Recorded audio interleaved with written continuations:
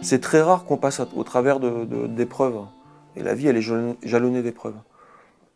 La mienne, je pense que c'en est une épreuve. Ce qu'elle a de très pernicieux, c'est qu'elle me bouffe de l'intérieur.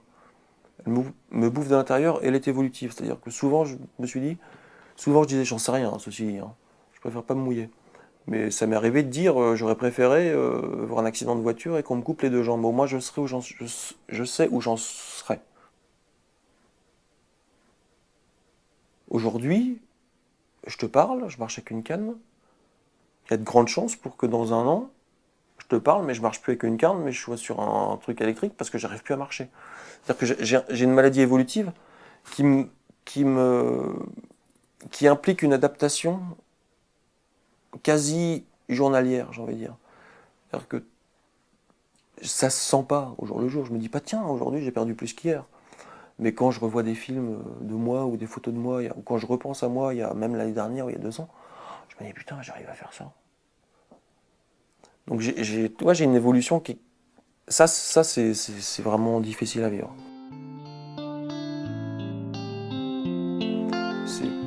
Une maladie évolutive est très difficile à vivre pour ça, je pense, c'est mon point de vue. Mais en même temps, j'ai envie de dire que chaque être humain vit cette évolution-là avec la vieillesse.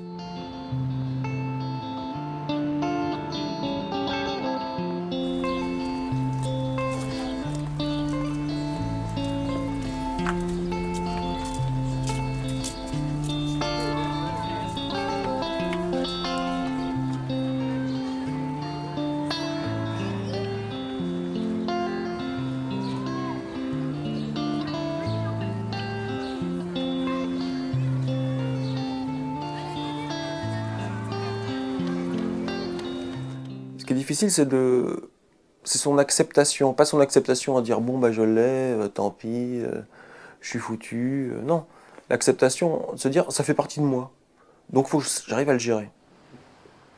Quand je sors avec des amis, moi qui adorais danser, mais qu'on va à une soirée et puis que tout le monde danse et que moi je danse pas et que je suis assis, ça m'empêche pas de passer un bon moment.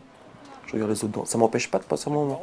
Mais il m'a fallu quand même un temps, il m'a fallu quand même beaucoup de temps pour accepter cela. Mais maintenant, ça me pose aucun problème. L'acceptation, c'est pas de la résignation. Jamais je serai résigné. Et pour ce genre de maladie, en plus, c'est la pire des choses. Le matin, par exemple, j'ai du mal à me lever. Parce que j'ai pas bougé depuis un bout de temps, j'ai dormi. Donc je suis assez raide, j'ai du mal à me stabiliser. Si je me résignais, je me disais, bah, ce matin, je peux pas me lever, je me lèverai pas. À partir du moment où je me dis, je vais mal me lever, mais je vais quand même me lever, si je titube, c'est pas très grave. Je vais me lever. On peut appeler ça de la volonté. C'est pas une volonté, c'est une question de. C'est une question j'ai envie de dire de survie, mais c'est un peu exagéré, survie. Mais c'est histoire de savoir ce qu'on veut.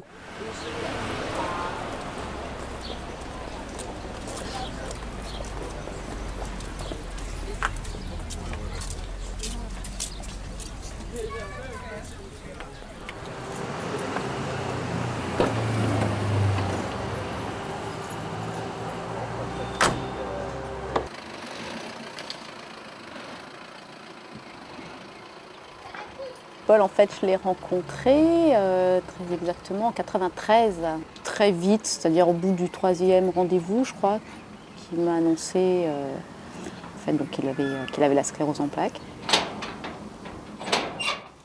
Et quand je suis rentrée chez moi, donc, je suis allée vite dans le dictionnaire pour voir ce que c'était la sclérose en plaques. Effectivement, je me suis dit, ah d'accord.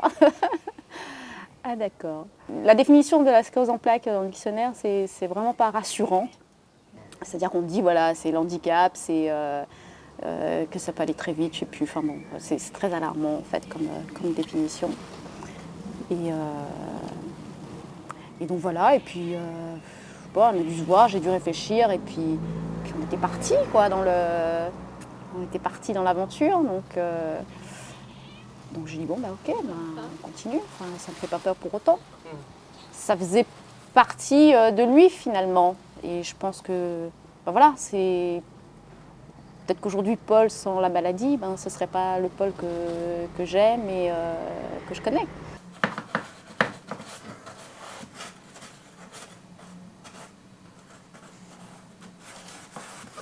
je vois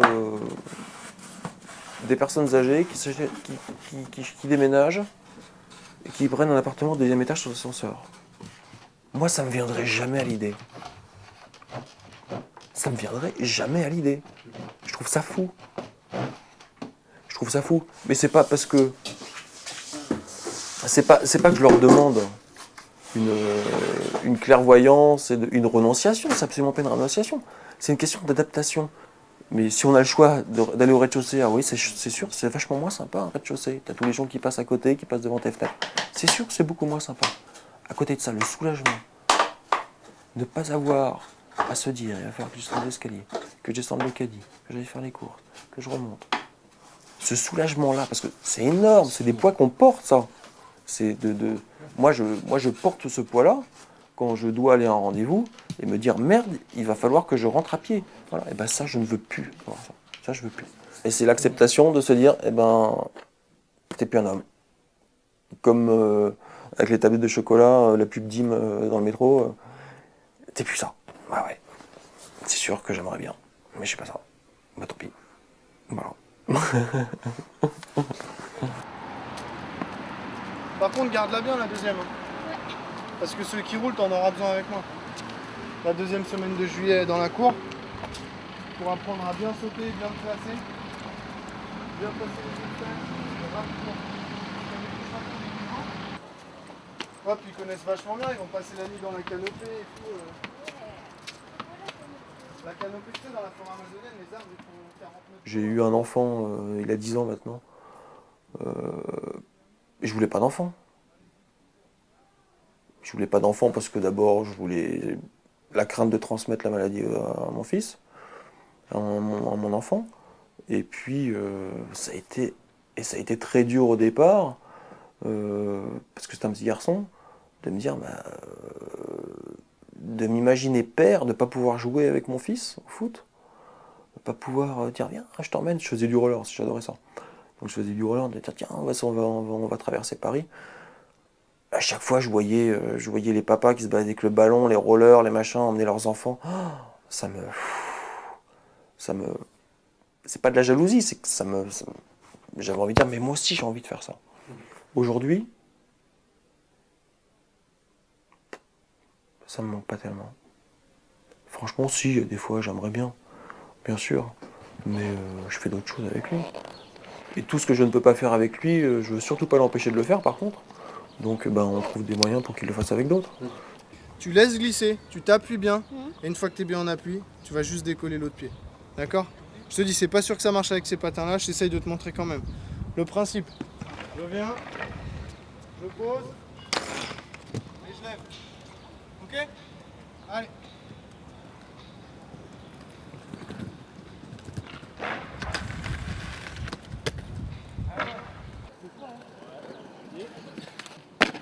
Joli. Allez, continue.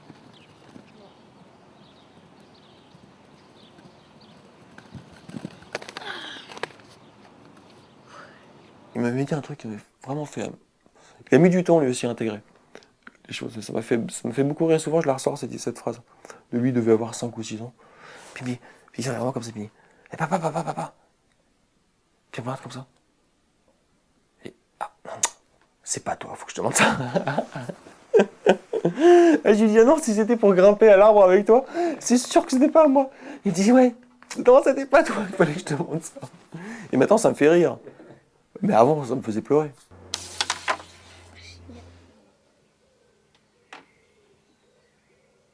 J'ai toujours l'impression de 0 à 4 ans que j'ai élevé Théo, pas élevé, non, mais bon, que j'ai assumé en fait Théo un peu toute seule, quoi. Il n'était pas beaucoup présent. Je pense que c'est par rapport à sa situation, face à son état aussi, de se dire voilà, qu'il ne pouvait pas sortir. Il ne pouvait pas sortir avec Théo. Pour lui, c'était toute une montagne en fait, de prendre la poussette, tu vois, de partir. Il fallait le porter, etc. Donc, il s'est un peu détaché de ça. C'est-à-dire que le rôle du papa qui joue au foot avec son gamin, voilà, c'est moi qui l'ai fait. 3e. Ça y est, je me réveille. Tu vois, normalement, je pourrais tous les mettre là. Théo aussi a eu cette phase d'adaptation, je pense très jeune avec son papa, qui ne comprenait pas pourquoi. Et la maladie qui évoluait aussi petit à petit, qui change le caractère, parce que du coup, il en voulait au monde entier, que c'était pas juste, que il l'avait pas accepté, comme je dis, mais accepter la maladie. C'est-à-dire qu'on a eu beaucoup de discussions en disant qu'un jour tu vas te retrouver en fauteuil roulant. Donc, voilà. Non, jamais on pouvait aborder cette question. Ah bon ? Jamais. Et un jour, j'ai vraiment poussé pour qu'il le sorte, quoi. Je dire, mais il faut le dire. Un jour, ça peut arriver. Donc, il faut qu'on en parle. C'est pas le jour où ça arrivera où on en parlera. Il faut se préparer, même pour Théo, qu'on sache où on va, quoi, avec ça. Donc là, ça a commencé un petit peu aussi à évoluer dans l'autre sens. Donc du coup, comme il dit, accepter la maladie et vivre, et surtout vivre avec. Vivre avec. Et vivre avec, ça veut dire accepter qu'on est malade, c'est le montrer, c'est pas avoir honte de le dire. Parce que très souvent, en fait, il disait non, j'ai des problèmes au genou, par exemple. Donc tu vois, c'est voilà. Et quand il disait ça, et quand j'étais là, je me dis c'est dommage, c'est dommage. I can try? Ouais, Thierry, c'est ce que je recherche, moi. Oui, mais justement, c'est ce que je viens de me dire. Je te l'avais dit? Oui, je te l'avais dit. Ça, c'est ma collègue. Elle est magnifique.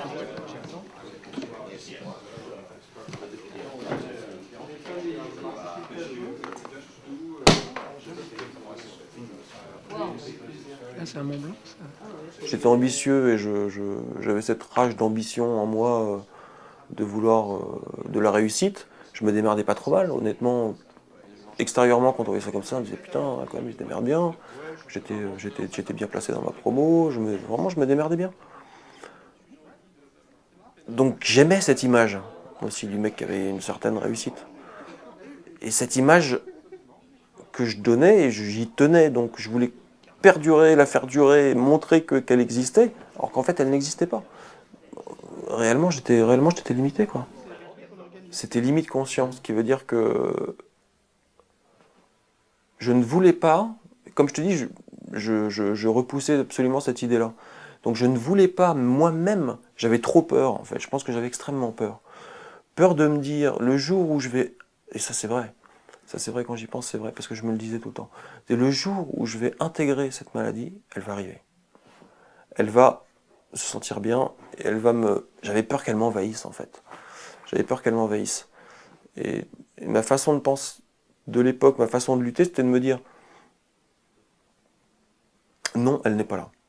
C'était l'occulter complètement, et c'était pour moi une façon de lutter contre elle, de dire non, tu n'es pas là. Mais elle était là.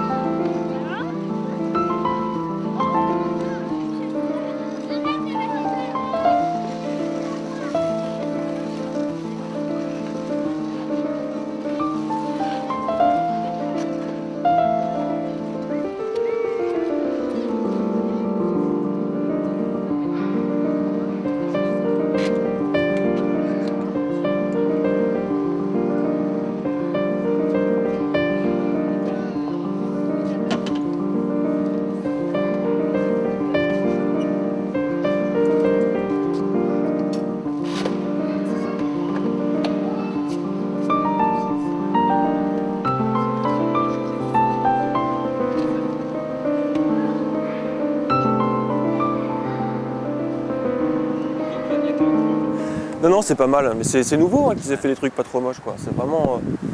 Je suis très sensible, moi. Vous voyez, j'ai un rejet du handicap, j'ai un rejet de l'image du fauteuil volant, j'ai un rejet du déambulateur. Je trouve ça. Pour moi, c'est une image que je peux pas. Voilà. Et moi, le jour où j'ai eu la canne, moi, ça fait 3 ans, maintenant, je marche difficilement avec. Mais il y a 3 ans, quand j'ai commencé, je ne faisais pas la canne, je voulais pas de canne. Je me suis dit, mais qu'est-ce que t'es con.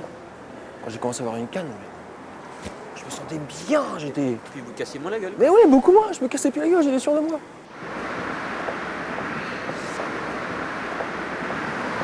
Et ce genre de petite bagnole qu'on a vu là, bah, c'est vrai que j'y pense quoi. C'est vrai que j'y pense. Et franchement, je trouve pas ça trop moche. Mais putain, c'est faux. Vous voyez, quand il me dit ouais, vous voulez essayer tout, non, non, j'ai aucune envie d'essayer. C'est bizarre, hein. T'as un espèce de blocage psychologique. Comme avec la canne, hein. Ouais, comme avec la canne. Mais là, par contre, attends, la canne, c'est autre chose. Hein. La canne, tu restes debout. Hein. Ah, mais c'est la première étape, quoi. Ouais, puis la dernière, c'est... la dernière, c'est... J'espère qu'il y aura des petits... Tu sais, des petits... Moi, je rêve d'être is no good, tu vois, sur mon tapis volant. Franchement, ça m'arrangerait la vie.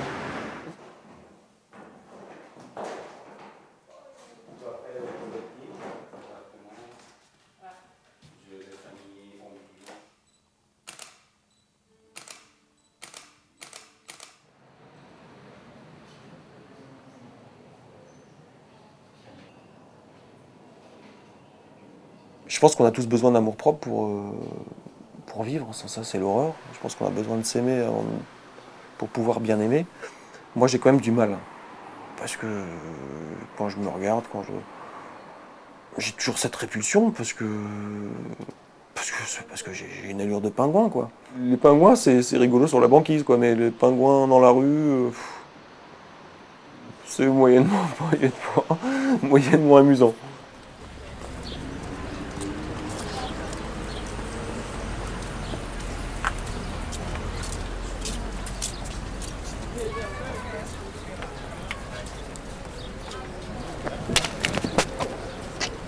Bouge pas, hein.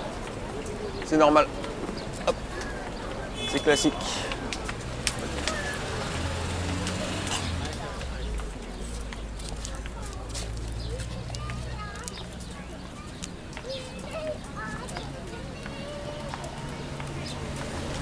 Je dirais qu'il y a deux choses importantes pour la maladie. T'as le problème psychologique à gérer, ça c'est, à mon avis, c'est fondamental. Je pense que mais c'est ce qu'on dit souvent pour beaucoup de maladies. Et puis après, tu as tout ce qui est les traitements médicamenteux ou chimiques. Pendant 10 ans, j'ai fait un traitement qui était très contraignant parce que c'était une picouse tous les 2 jours. C'est sous-cutané, hein, mais même une picouse tous les 2 jours, c'est assez pénible. Surtout qu'on se dit, oh, c'est bon, au bout de 2 ans, je vais m'habituer. Et en fait, plus le temps passe, et moins on s'habitue, hein, plus c'est pénible. Donc ça, c'est assez drôle. Après, j'ai fait une chimiothérapie qui était comme ça. Par contre, ça a été difficile parce que je l'ai très mal supporté. J'ai passé une phase pétard, cannabis. Ça a été surtout psychologiquement que ça a été une réponse pour moi à une façon de... Pas d'évacuer malheureusement, mais d'occulter tout ce qui se chamboulait dans ma tête, d'ordre psychologique, l'évolution de ma maladie, la crainte, la peur de l'avenir, de voir ses capacités physiques se réduire. J'ai senti que je rentrais, mais je le sentais depuis un petit bout, depuis peu de temps, mais je le sentais depuis que je rentrais dans une habitude, j'ai envie de dire limite suicidaire. C'est-à-dire que je rentrais dans un système dans lequel j'allais plus pouvoir sortir. C'est-à-dire que j'allais perdre tellement de temps. Attends, j'ai quand même 40 ans, t'as vu l'état dans lequel je suis, donc j'ai quand même pas une espérance de vie de 85 ans en pleine forme. Et j'ai quand même gardé un minimum d'ambition. Je me suis dit, putain, si tu continues, tu risques de dépasser le seuil critique où tu vas plus avoir le temps de concrétiser quelque chose.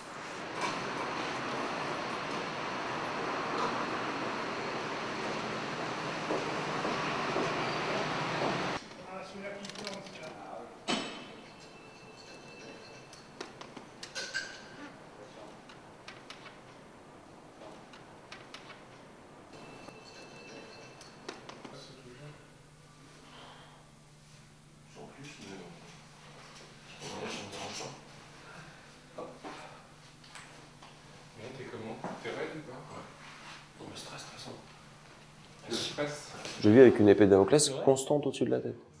Constamment. Et ça rend... D'un certain côté, ça libère. Parce que, de toute façon, tout le monde vit avec une épée de Damoclès au-dessus de la tête. Donc moi, ça me libère parce que je le sais. Et j'en ai pleinement conscience, alors que la plupart des gens n'en ont pas conscience, bien qu'elle soit là. Donc ça, c'est... Donc le fait d'en avoir conscience, c'est quand même libérateur. Après, on a tous des incertitudes et on sait qu'on va a priori dégénérer, être plus faible, vieillir, etc. Et en fait, on n'en a pas conscience. Je pense que la différence quand tu as une maladie évolutive, c'est que tu en prends conscience. C'est que là, tu as conscience de ta dégénérescence. Il y a un truc assez le mystère de la vie, c'est qu'en fait, on se rend pas compte. On n'accepte pas la mort, on l'accepte pas dans la vie. Et pourtant, c'est une partie, je veux dire, la vie n'existe que parce que la mort existe. Donc c'est quelque chose qui doit être facilement envisageable. Et il y a une espèce de peur, il y a toujours une phobie de la mort. Moi, je peux pas dire que j'ai peur de la mort, mais si je n'ai pas peur de la mort, c'est grâce à la maladie. C'est que j'ai bien compris le processus de détérioration du corps, des capacités, des machins. Et je le comprends forcément. Voilà.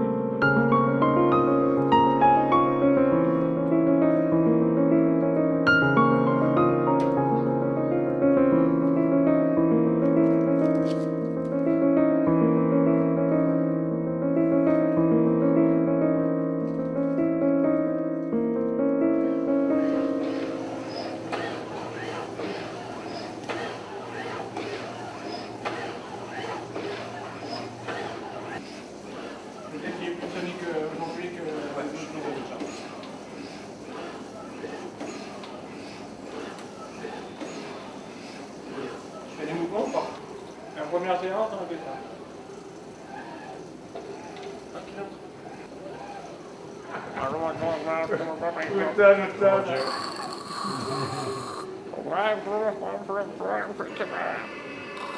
Ah oui, le bruit. La pesanteur. Tiens, t'as vu, regarde.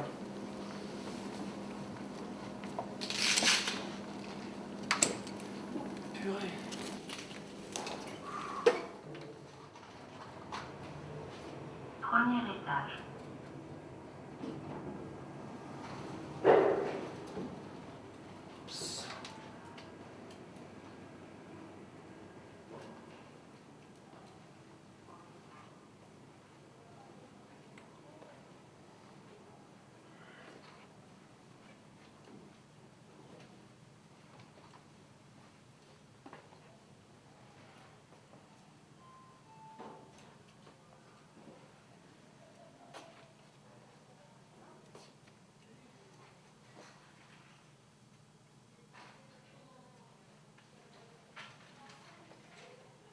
Là, on est vraiment à un passage important en ce moment qui va être le scooter électrique. Et là, c'est un passage. Franchement, c'est un passage. C'est-à-dire que tu finis par arriver à intégrer le fait que tu vas avoir besoin de quelque chose dont tu as toujours repoussé Tu t'es dit, moi jamais, quoi. Voilà. Donc, moi jamais je serai comme ci, moi jamais je serai comme ça. Et puis si. Dans peu de temps, ça peut aller pas bien. Et là, c'est vrai qu'on est en plus dans un moment charnière. C'est-à-dire que là, tu vois, par exemple, je vais prendre un fauteuil électrique. J'y vais pas en courant, en fait. Honnêtement, j'y vais pas en courant parce que Parce que tu peux pas. Oui, déjà, c'est clair que j'aurais du mal à courir. Je prendrais un gros risque à y aller en courant. Et déjà, je peux pas. Mais c'est surtout, c'est psychologiquement. C'est-à-dire que là, je vais intégrer une étape de ma vie qui m'arrive. C'est-à-dire que j'ai le choix. Soit je l'intègre pas, bah, je reste assis, je m'enferme chez moi. Soit je l'intègre en me disant, bah, je vais essayer d'être plus mobile parce que j'ai quand même envie de faire des choses, quoi. Et j'ai pas comment dire cette difficulté qui est à dire que tout le monde te dira bah oui mais vas-y fonce c'est génial mais attends faut avoir le temps d'intégrer ce passage intérieurement de se dire que putain j'ai 40 ans 40 ans c'est quand même pas vieux de nos jours. J'ai 40 ans je vais être sur un chariot électrique, j'ai les jambes qui sont comme ça, j'ai déjà arraché 9 pages sur 10 du Kama Sutra, tu vois, parce que je peux dire, les prouesses gymnastes, c'est plus pour moi, parce que mais ouais, je suis limité physiquement.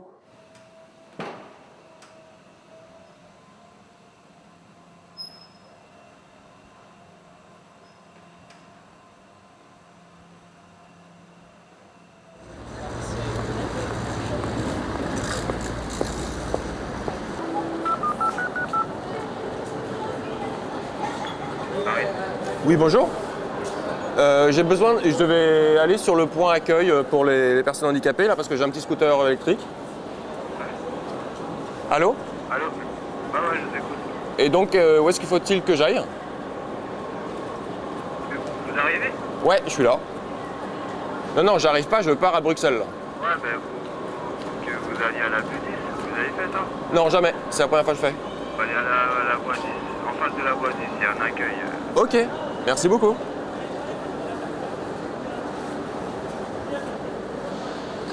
Excellent. Vous êtes arrivé? Mais en face de la voie 10, j'y suis moi. Ah, c'est peut-être le truc là.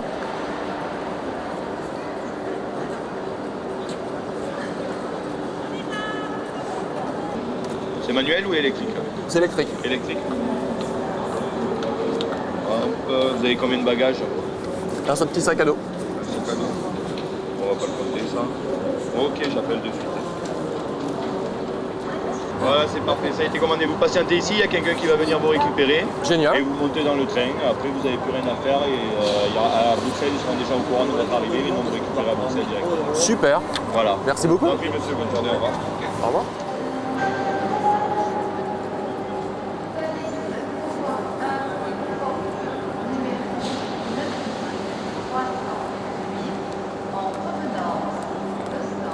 C'est royal. Hein. J'espère que ça change pas. Et ils peuvent pas mettre simplement un petit machin qui... Il y a des voitures qui sont au ras du sol, c'est nouvelle génération. Je veux pas aller dans la poubelle. Hein. Ah ouais. Accident là. Monsieur va juste. C'est bon? Allez-y. Vous n'allez pas rentrer dans la poubelle, hein, Non, je veux pas, hein, je vous préviens. Et je vais là? Oui, tout à fait, monsieur. Attends, c'est top d'être un handicapé, regarde. T'as vu la place que j'ai? C'est absolument fabuleux.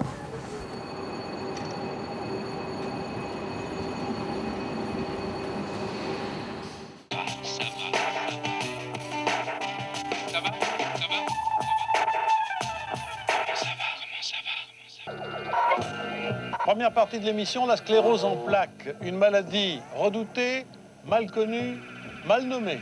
En effet, Jean, plaques, ça évoque plutôt une maladie de la peau, une maladie dermatologique, et pourtant c'est une maladie du système nerveux central. On dit toujours oui, il faut accepter, accepte ta maladie. Je n'accepterai jamais ma maladie.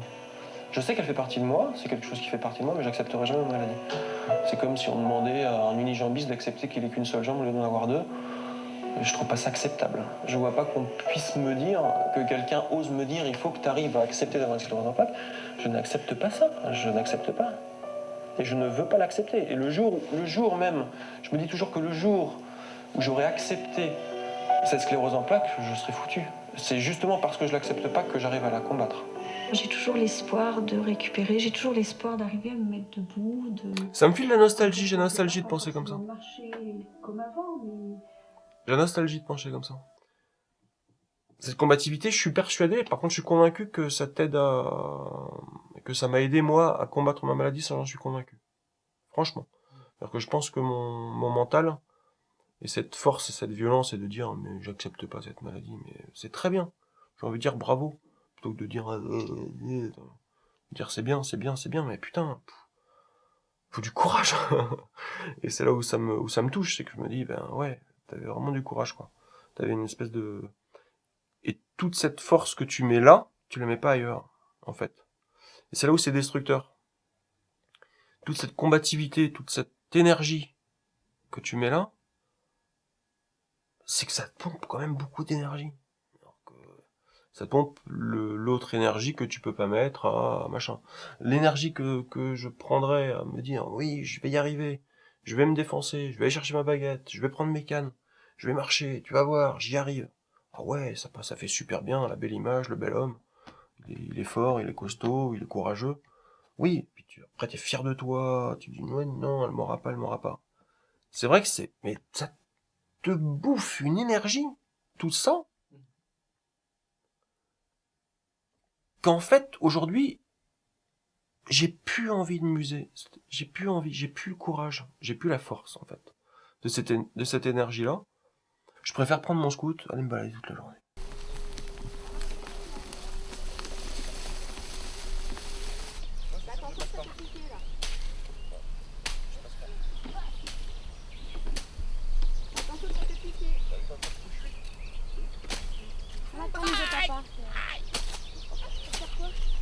Papa chérie, arrête. Arrête de me frapper, hein. Bien fait. En plus, c'est des On t'avance. Maman, pousse-toi. Je prends un retard. Ah putain, tu me frappes. À chaque fois, tu passes à... Maman, Allez. Maman. Bah allez, démerdez-vous. Voilà. Voilà, c'est Voilà. tout simple. C'est tout simple. Tu te mets au milieu, t'es sûr qu'on peut pas avancer?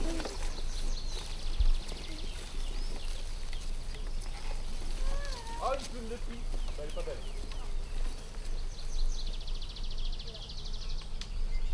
Voilà. Prudent.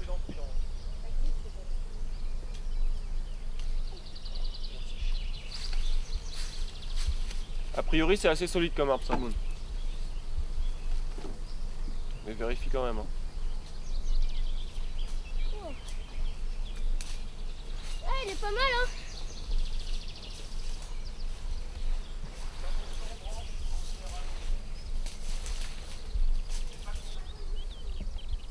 Tu me vois? Tu me vois ou pas? Par où? Ouais, super. Attends, deux. Ah, ça y est, je te vois. Je vois pas moi, t'es où, chat? Il est là. Là, le petit trou, il est là. Ah oui, je te vois. Là. Ouais, Théo. Allez, tu redescends. Théo. Eh, Théo. On va passer là. Eh si, allez. C'est comme Théo, tu râles tout le temps. Et bim, ça fait mal? Ça fait mal. C'est sûr. Dans les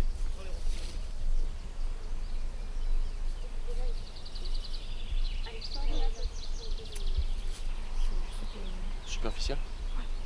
T'as vu, j'ai plein d'épines d'or, c'est pas grave. Regarde ça, Moine. 1, 2, 3, 4. T'en vois d'autres? Ça m'évitera de me les... Oh, ça sent la pluie. Oh, arrêtez. Hein.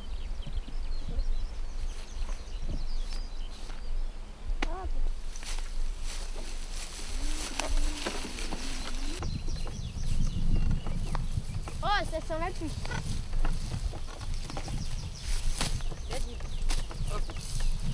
Maman, regarde. Waouh, c'est Je vais peut-être réussir à la prendre, celle-là.